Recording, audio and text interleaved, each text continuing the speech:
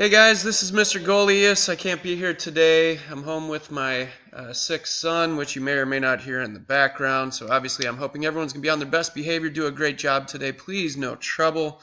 Any names left behind will be automatic detentions. Yeah, you tell him, Luke. So let's take a look at what we're doing today. The agenda is the same for every class. You do your QOD. Then you're working on the Genius Hour, writing your driving questions, which you'll do. Then you do ITW number 6.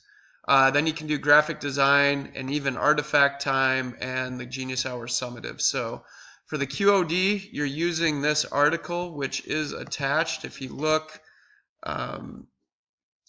down, here's the article you'll use for the 4 questions that you're going to answer.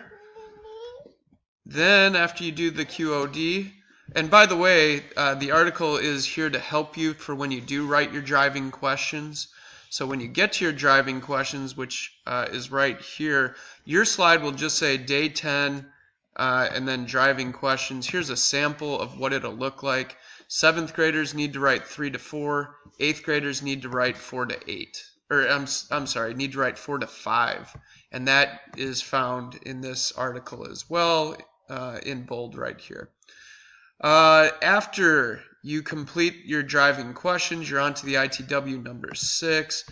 The videos will look very different, and the questions will look different depending on what grade you're in.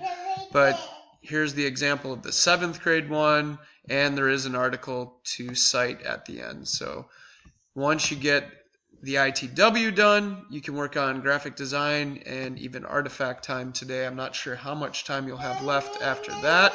But again, I'm just asking for your best behavior today, and please help out.